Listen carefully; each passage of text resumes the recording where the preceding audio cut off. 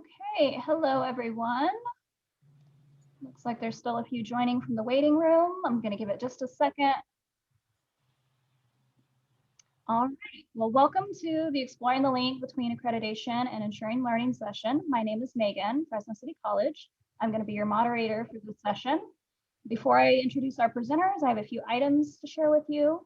Please note we are in a Zoom meeting. If you're going to have both video and audio capabilities. We ask for you to please keep yourself muted unless you're interacting with us in some way. We will have an opportunity for questions and answers, but in the meantime, please utilize the chat functions. And you do have the ability to post reactions, give a thumbs up, those kind of things. Feel free to use those as appropriate. And thank you for being with us. I'm going to go ahead and turn it over to Amber. Hello, everyone. My name is Amber Gillis, and I am an English faculty member at Compton College. I also have the honor of serving as the Accreditation Faculty Coordinator there, as well as the SLO Coordinator. And I'm Sheri Berger. I am the Vice President of Academic Affairs at Compton College. I have the pleasure of working with Amber as we've been finishing our midterm report and starting our substantive change. And I came from Los Angeles Pierce College in the LA district, where I was a faculty member and a dean and a vice president before Compton. And we do have another member who will be joining us on this presentation as soon as she's able to do so, barring technical difficulties that she must be experiencing. So, Amber, do you want to get us started? Sure. So go ahead and go to our first slide, please. I'm in charge of the slide. All right, so we wanted to take a couple of minutes just to find out, take the temperature of the room, find out who's with us. So feel free to use either the chat function or raise your hand or unmute yourself.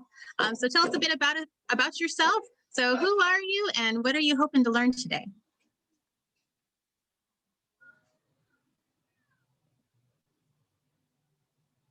Hi, Nicole, yoga instructor. We were just talking about flexibility earlier in our first presentation. Hi, Erin. Nice to have you with us. Go English. Hi, Grace.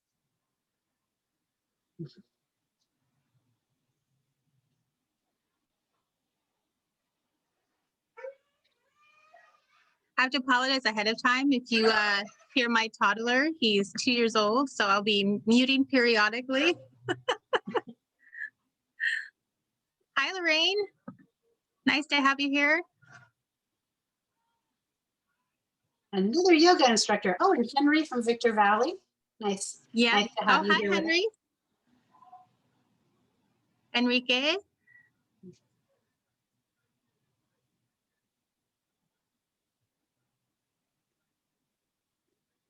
Oh, great. So Denise says that she's an English professor at Berger's College, and she's also on her assessment committee. So she's interested in taking things back to help her faculty assess their SLOs. Well, I hope that we're able to help you today.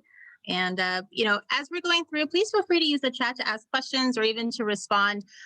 Typically, whoever's not speaking will, utilize the chat box quite a bit to be able to answer your questions. And if we don't have a question up front, then we can certainly touch base with you via email. Oh, hey, Kevin. Oh, Camino. Hello. It's been ages since I've seen you.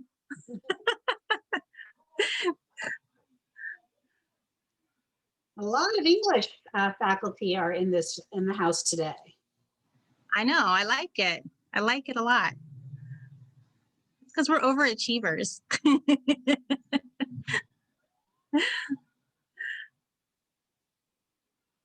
All right. I think I'm going to get started. Yep. Okay. Okay. Yep. Perfect. Let's do it.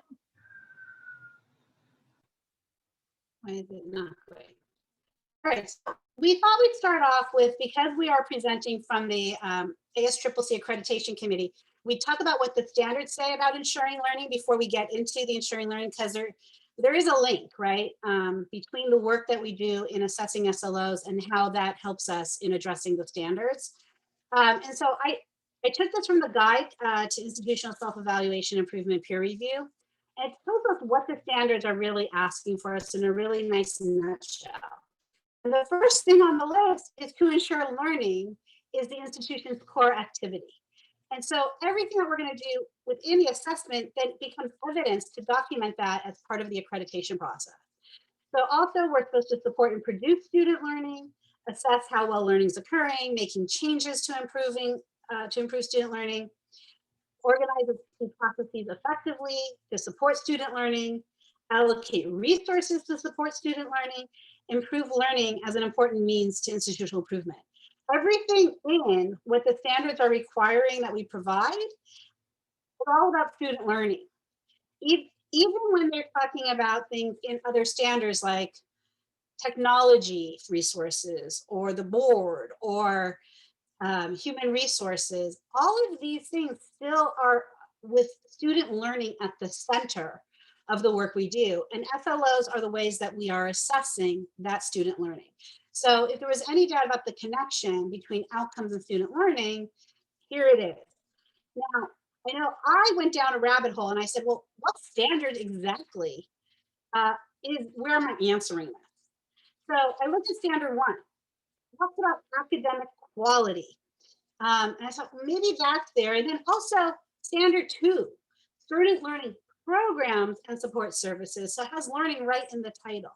So I went on a rabbit hole. So I'm not asking anybody else to go down the same rabbit hole here. I found a couple of standards that I want to share. I'm not going to read them to you, but 1B1 talks about, demonstrating substantive and collegial dialogue about outcomes. And so when you're addressing standards, the work that we're doing and having the conversations in department meetings, in committee meetings, in the Senate, these are all conversations that document the dialogue we're having about student learning and how we are trying to make improvements in that continuous quality improvement cycle to ensure that our students are really learning at the standards they need. Then I looked in standard 2A and found that faculty, regularly engage in these kinds of discussions about content and methods of instruction. And we all take collective ownership over the learning experience. But this is very faculty-centered, and that there is the primacy here in terms of curriculum and in terms of the classroom rests with the faculty. So the faculty, all of you guys, really are the keepers and the people who move the effort forward at the colleges. A few more. I found some in 2A is really big here. Well, maybe using effectively the modes of instruction, and that's more important now than ever as we've all transitioned to this remote learning.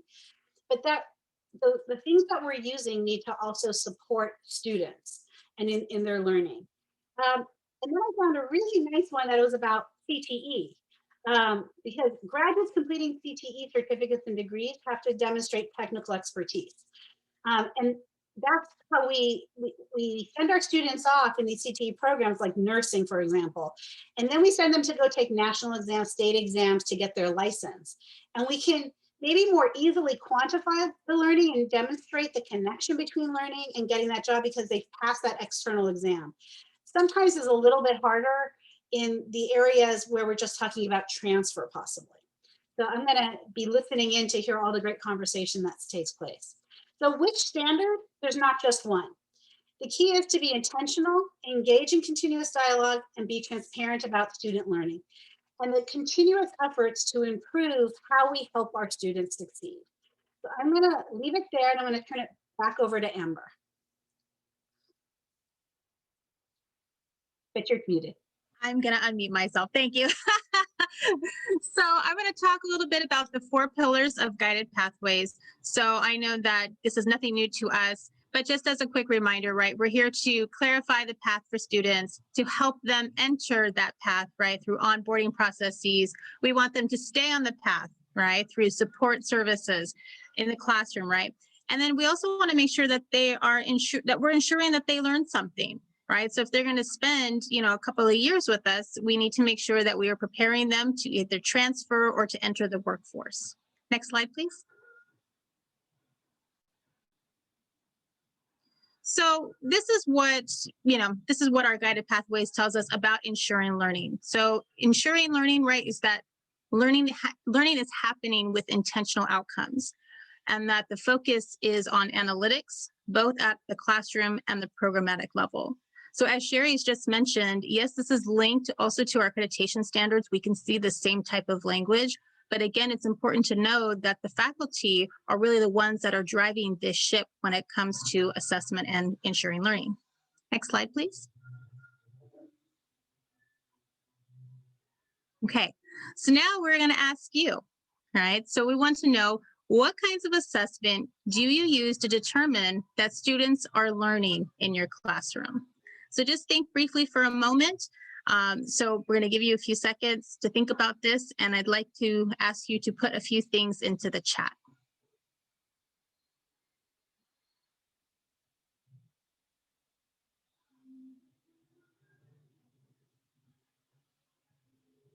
I feel like I'm on TikTok where I'm asking a question, right? Tell me how you ensure learning without telling me that you ensure learning. I'm new to TikTok, students begged. Okay, so we see discussions, resource sources. Great. Reflection questions, 1-minute essays. Okay, great. Performance.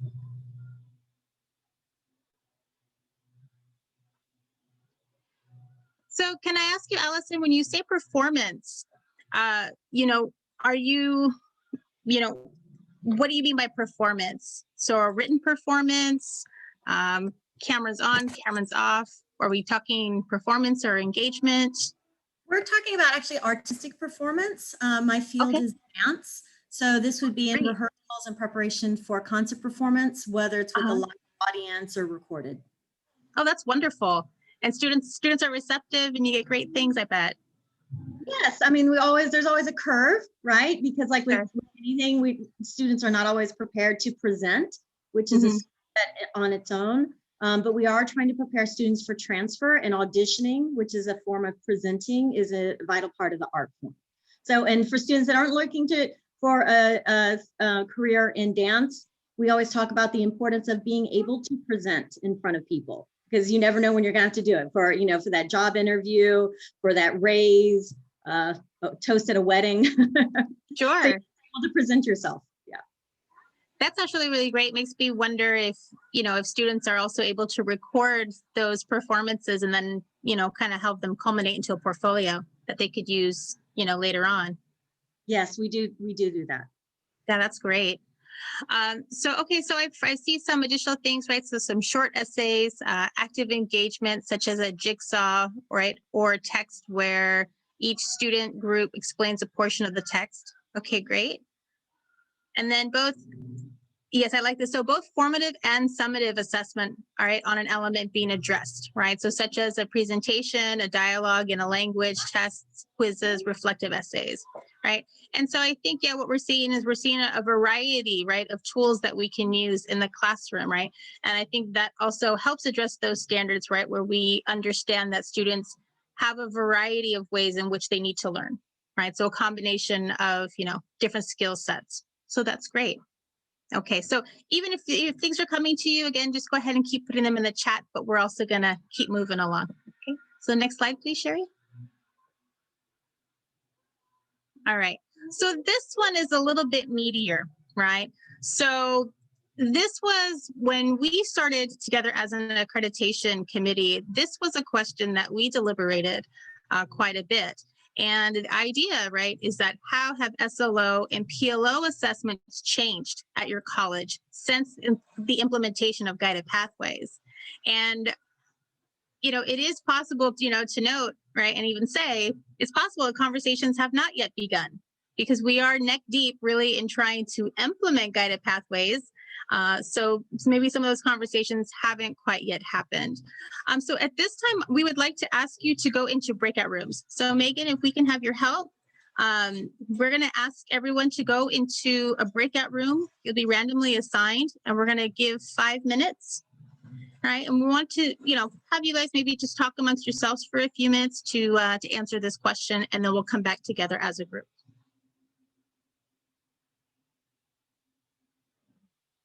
I see more people have joined us from their breakout sessions. So one of the things that was in our breakout room was that the intentionality between linking program learning outcomes assessment to program review and actually having questions within how the college was reporting, make that connection. Does anybody else want to share anything from their breakouts? One or two things in the chat, or unmute the mic and share anything interesting about how maybe assessment has changed. If not, I'll go on. Okay. Well, our group pretty much nothing has changed as yet. Some of us have incorporated the guided pathways, but we haven't had the discussion yet as to how it's going to change our SLOs or PLOs. All right.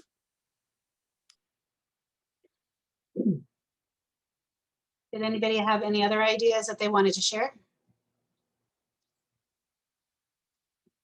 Okay. So, you know, if we had to describe your campus's process of assessment, do you feel that the process is clear for all faculty? And I would include adjuncts in there, because oftentimes we focus on full-time faculty because they carry a heavier list of the work that gets done, but the adjuncts have a role to play as well. So if we want to just put into the chat, you know, what the process is, how faculty are engaging, we'll take a moment for that. Hey, I got here. What happened? Claudia has joined us. Oh, hello, Claudia. There was an error. What happened? Sorry. I just got the news that the Zoom was moved to a different platform. I don't know what the number.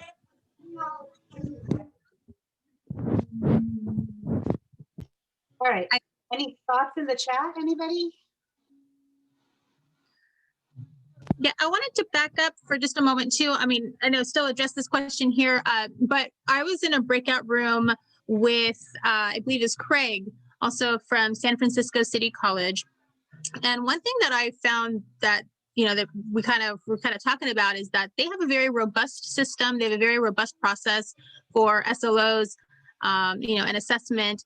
And he said that, you know, the conversations that are, you know, that need to start happening is really trying to figure out how to get CurricuNet now to work with these guided pathways, the new program maps, so that it is intuitive.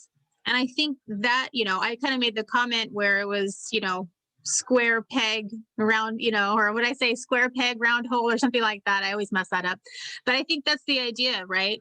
And so, you know, I would challenge everyone that's here that, you know, yes, we might have, you know, assessment processes and SLO statements and all these different things that are currently in place and they work right now. But as the colleges are beginning to shift towards this guided pathways framework, we might have to reimagine how we're assessing and what some of those processes might look like. So what was working before may not work in this new environment. And I know that that's probably something that we don't want to hear, right? But we have to make sure, right, that these processes are clear so that we can talk about them and so that we can actually complete them, right? Because if we do have processes on our campuses that are extremely complicated and convoluted, it is going to make it difficult, right, for faculty, both full-time and part-time, to have discussions around these, you know, these assessments. And also, right, if we're focused so much on, you know, complicated processes, we might actually end up losing the real fruit, right, of the labors, which is the actual ensuring learning component, right? So I'm going to look and see if there's some things in the chat. Yeah, So Kevin was saying that a lot of times adjuncts were overlooked in the process, and they're trying to get them more involved and have department chairs or he as the coordinator help them with processing and selecting. And Aaron said that the process was clear, but not as much as engagement from adjuncts. And we need to bring them into the conversation. I thought there was something here about diverse, making sure that we get assessment at the night classes. Oh, that was in Kevin's response. Yes. Somebody has their hand up. Christine Pruitt has their hand raised. Why don't you unmute yourself and jump in? Yeah, my first foray into trying to shift my college was to propose an ILO that was more aligned with guided pathways, that was focused on industry standards and professional interaction, and use that to have an institutional conversation about how we might shift assessment aligned with guided pathways, and then kind of encouraged my program coordinators to start the conversations about PLOs and shifting those, which led to then looking at course. So like kind of starting at the institutional level of assessment, I think can help get everybody into the conversation at least, and just be aware that it's happening. So that's been helpful at my school at least. Thank you. Thank you, Christine, for sharing that. Really interesting Helpful. perspective. Sorry, my child. There's some more in the chat here about, Yeah, I'm reading. Grace has said that, sometimes adjuncts won't engage without extra pay. And then we have a couple here from Lubin about doing a meta assessment of the process. That's excellent. Sometimes it's really great to take a step back and assess the process itself and then make changes based on that. And I'm glad to hear that there was a lot of faculty engagement. That's excellent. And Denise, their issues revolve around union contracts. May I say something about union contracts? Oh, absolutely. Jump on in. Okay, this is Kevin. We had a big debate about this, but we finally came down at Imperial Valley College. Adjuncts are supposed to conduct and collect the assessments. However, if our adjuncts were asked to create an assessment, an SLO assessment or language change, then we would have to pay them. So I'm not sure if that helps other schools.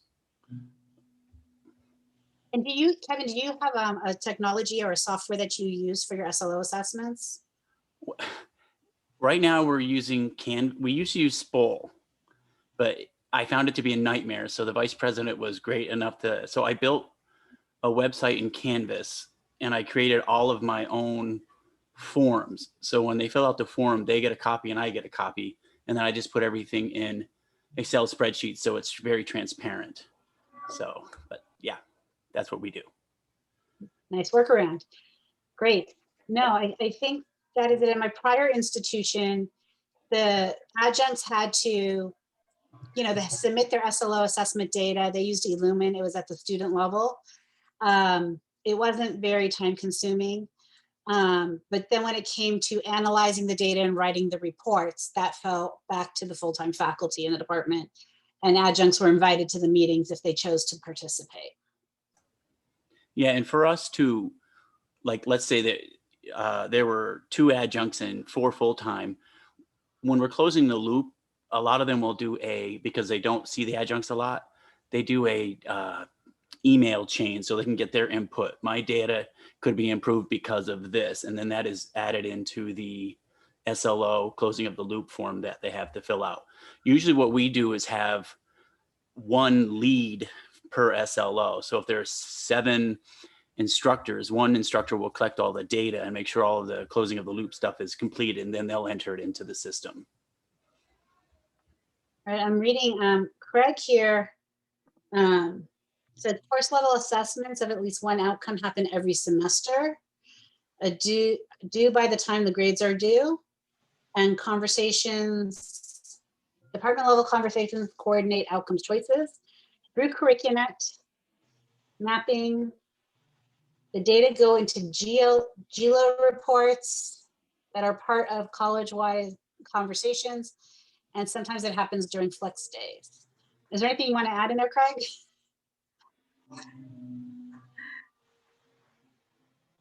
Since I butchered the chat, I'm sorry. Sorry about the typos in there. Okay. Rushing. Yeah, I mean, we also have an extensive website with training materials, and one of the keys is, I mean, the communication in the department and that coordination, so people aren't just choosing any old outcome, and then that helps with conversations, but also the flexibility. you know, that teachers have with what they're doing in the class in order to see if that outcome, you know, has kicked in or not. So there's that kind of flexibility too. So it's not like an extra task. It's just, you know, there's flexibility. So that helps with it and helps with the workload.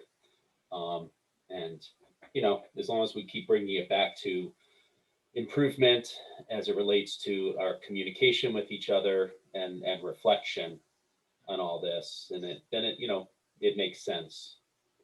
So, but it all pours into other reports that are then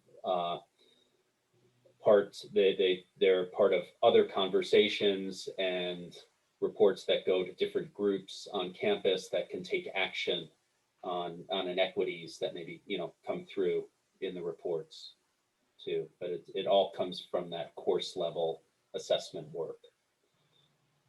Thank you. Any other ideas that people want to share? It's Kevin again. I'm sorry to be such a pain, but I like the flex day idea, but we also, for our SLOs, I'd like everybody to have them in, like if you collect them in spring, I like to have them all submitted by the 6th week of the next semester. This way the closing of the loop gets finished because I've had people enter the forms without doing the closing of the loop. And then the second thing is I really like, and I think this piggybacks on the last presentation, if you discuss them during your department meetings, I know that the secretaries take the, what do you call it? They take the minutes and then you have a record of that because they want SLOs and assessments to be discussed a lot, keep the dialogue going. Oh, that might even been in here. One of you, yeah, 2B or something. Yeah, exactly. I'm very ADD, so roll with it. So yeah, but I just think that would work well. And then, no, those are great points. And then the last thing I like that Craig said was the course level goes to the PLO. And then I was talking earlier in our breakout session, the PLOs we have directly linked to the program review. So I think that's where it could get really out to the campus or other meetings is through the program review. Okay, thank you. You're welcome. And, you know, we really should be using assessment to inform asks, right? So when we're making recommendations and asking for things in our program review, the best place to really make that ask and to quantify it with data is in the program review. So if we're doing SLO assessments and then, you know, following up with action plans, which then lead into our PLOs, we can, again, use that to inform, you know, the things that we're asking. And I think it helps make a compelling argument to, you know, our I always say that because Sheri is she's my vice president. But again, I think that also helps, you know, faculty be able to communicate to administration the types of things that they need in the classroom. Right. So if we're asking for, you know, I don't know, whiteboards or, you know, rearrangements of classrooms or modifications to buildings, you know, we have the data to support that. And so we're able to offer solutions to potential problems that we're facing. So those are great points. Thank you for sharing those. Okay, so we're going to go ahead and move to the next slide, please.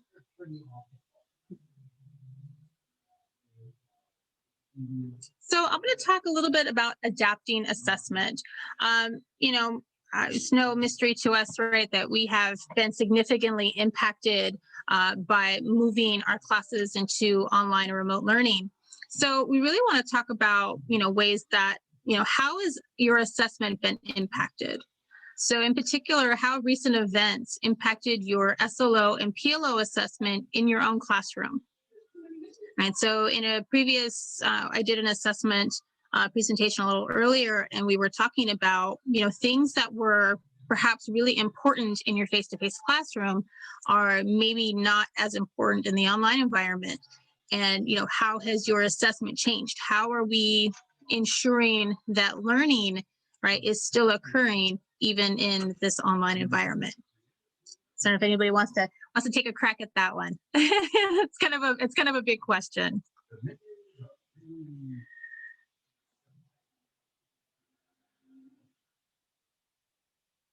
Has anyone's assessments kind of crawled to a halt or kind of slowed down a little bit?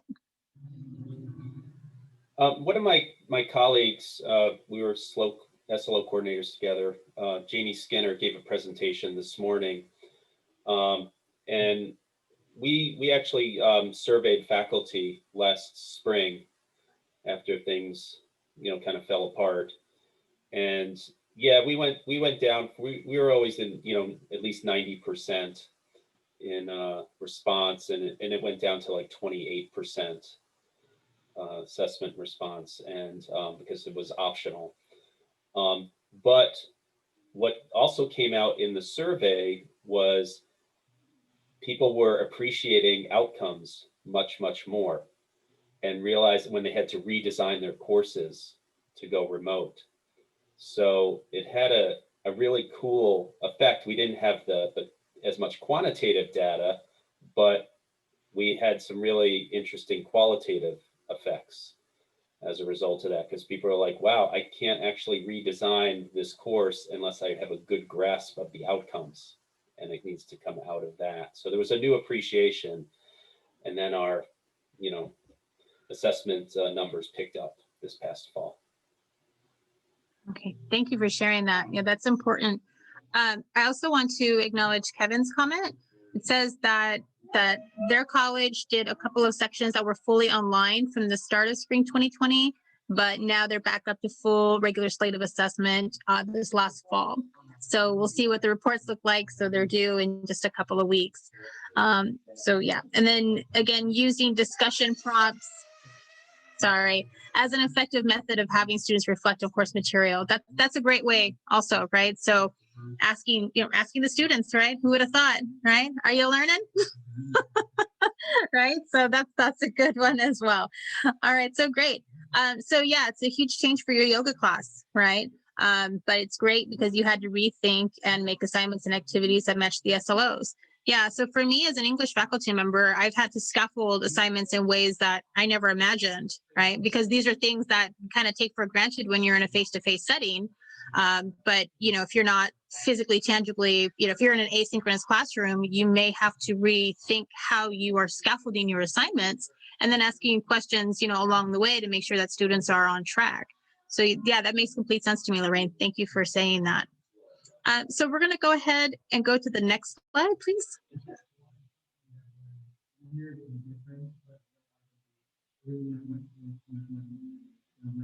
And then I was going to go ahead and turn this over to Claudia.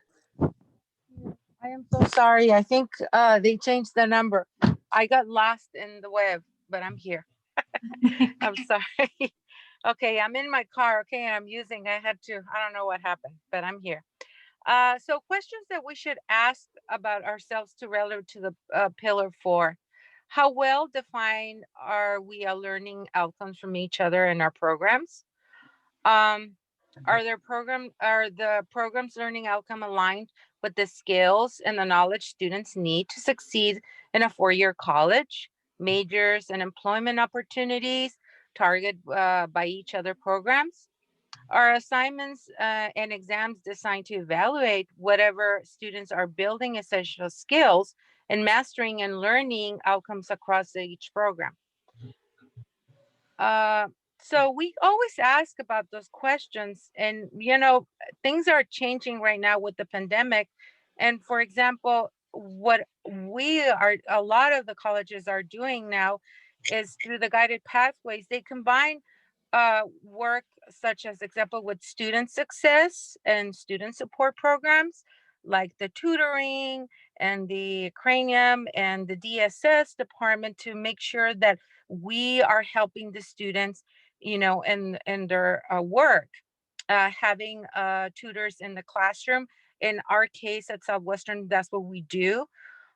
For example, also strong workforce and career education. We're actually working a lot with that department this semester in order to help students build those tools and build that pathway.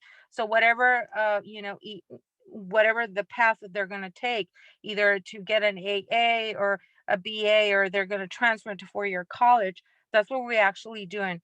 Also basic skills such as the reading component and the math, helping students, making sure that they have those skills ingrained in their curriculum.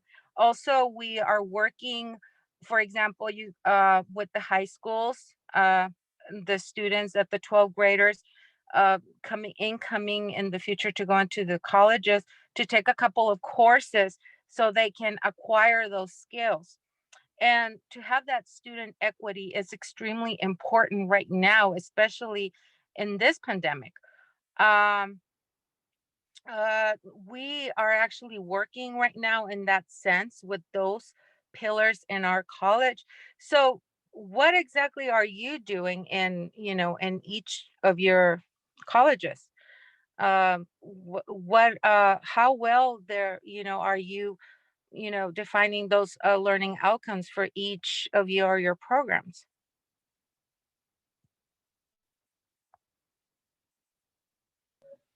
I also want to just add, if I can, quickly to what Claudia is saying, is that these three questions, we wanted just to make it clear where we got these. So these are not our original questions. These questions were actually developed by Teachers College out of Columbia University.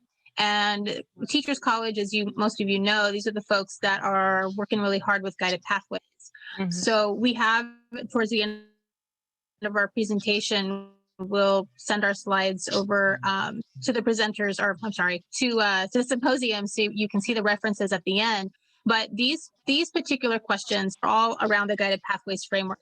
And so as Teachers College is developing white papers and various tools, you and your college might find these tools helpful when you start to try to ask these questions. And I know many of you said that you're here to learn things and to take them back and to start these conversations on your campus. These are three great questions that come out of Teachers College that you can take back to your college if you're not already looking at them, and use these to really engage those conversations with your faculty. And I can answer a question. Colleagues and There is administrators. a question from Veronica Avila, and she's asking that I do mention that in my campus we teach reading. Yes, we're actually under the English department, but we have the subdivision, so we combine. So we have a couple of classes that they're transferred to the A3 for the 4-year. For example, in our case, in South Bay here in San Diego, the reading 158, which is that it's part of the A3 combined. It either you can take that one or you can take English 116, either or. So we have different pathways for our students and their needs, especially to help them. Our demographic population, it's very diverse, and we want to make sure that we are providing the skills for them so they can gear into the correct path. We've been like that for, I think, more than nearly 15, almost 18 years like that, but we're part of the language and literature, and that's how we are subdivided. So we have options, we have different paths for our students in our case. So I know every school does it a little bit different, but this is in regards to what we do here in San Diego. Thank you, Claudia. You're This is welcome. Veronica. Thank you. I appreciate that. We have been, yes, we have been trying to get our reading class on board. We have been trying to launch it. It's just been a little bit difficult for varied reasons, but we do have a transferable UC-CSU critical thinking reading class to use, and that would fit the AB 705 model, and to complement the English writing class. It's just been very, well, quite frankly, political to get on board, but I'm glad to hear that you have it at San Diego State. Yeah. San Diego Community College. That's awesome. We can change notes, and we can get some feedback. We actually were thinking to do the UCSD too. We're thinking about to the UC. That's our next level. But yeah, I can put my email for all of you if you have any questions. And the key is working together as a team. And the more we get on board with, and if you're with the English classes, as a team, and we build those skills for our students, and have that student equity is extremely important. And keep that in mind, that to have that success for our students. And you know, and I'll put my email, so those of you who have any questions. But it was quite, you know, an ordeal, but we did it. And you know, the key here is to working together, all together. So, Yes, but I'm please. excited to hear that. What college Yes. are you from? I'm from De Anza. I actually wrote the curriculum and I actually modeled it after the first UC reading class, which is at UC Santa Cruz. I live in Santa Cruz, so I was able to talk Okay. to the professor who wrote that curriculum. And so that's the first ever reading class. But I don't know if you know this, probably throughout California, UC Santa Cruz has a lot of Latinx students, and they were Yes. just feeling the need to figure out how to prep these students. So they offered the first ever reading class. The woman that designed the curriculum was a professor at Harvard at their writing in their writing program. She's extremely knowledgeable, and so I modeled our reading class after her. And I think maybe Cerritos College, I don't know if anyone's here from Cerritos, but we're one of the first to actually have it transfer to UC and to CSU. And now I'm working with another professor at CSU because they're dying to have a formal reading class. So just put your email. Don't mean to take up time here, but thank you so much. Oh, that's so excited. Whoa. Wow. Thank you. I wanted to take a moment and just add something in. I'm a former math professor, and my husband teaches math. He's a crazy professor of math as well. And so when moving remote, trying to rethink how to assess students in the online environment when you no longer have the face-to-face testing, and what is it that he had to really rethink what he was really trying to assess. You know, is it really just the skills, or now do I really put more emphasis on the, or did he put more emphasis on the concept? And so he shifted all of his tests within the class to be more conceptually based rather than, you know, computationally based. And I think that, you know, I hear him in the other room having conversations with his department colleagues about changing how they're doing their assessments just within each of the classes. So I think those are interesting conversations to have. And maybe this situation that we're all in with this pandemic is giving us the push to maybe have those different kinds of conversations. Yeah. Okay. Amber, there's something else we had, right? Next slide. Yeah, so we have one more slide. And this is, I know a few folks in other presentations have been using Jamboards. We have a Jamboard for you. So we would like to say, this is the question, right? So what kinds of discussions should we be having, right? So I think the comments, in the chat are kind of, you know, we've been having, I think, this conversation, right, for the entire presentation. But specifically, what kinds of conversations should we be having on our campuses about ensuring learning and assessment? So I'm going to put the Jamboard link in the comments, and if it is okay, I am going to ask if Sheri will stop sharing her screen, and I'm going to share mine and take us to our Jamboard. Let's hit share, so that way, so we should be in there. Right. So again, so for folks who haven't used Jamboard before, this is a sticky note. So you can click the sticky note. So what are we talking about? Probably what's for lunch, because that's what my department wants to talk about all the time. What are we eating? Okay, so, right. So what we're talking about, what's for lunch. But so what are maybe some of the things that we are talking about in terms of assessment, but what kinds of things haven't we been talking about? So what should we talk about, right? And what are we talking about, and what have we not been talking about? Okay.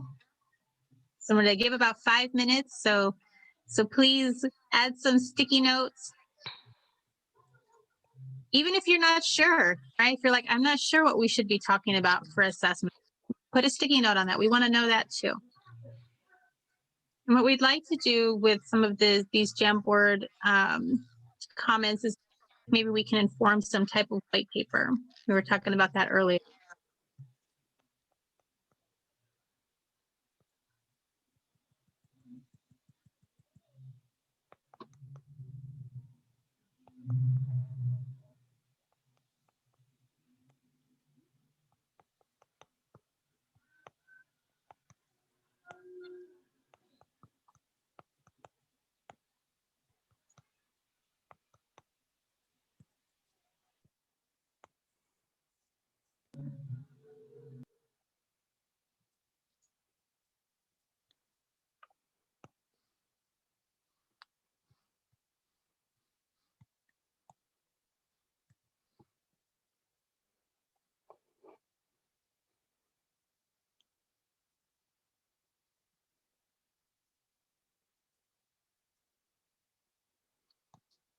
Thank God I found you guys.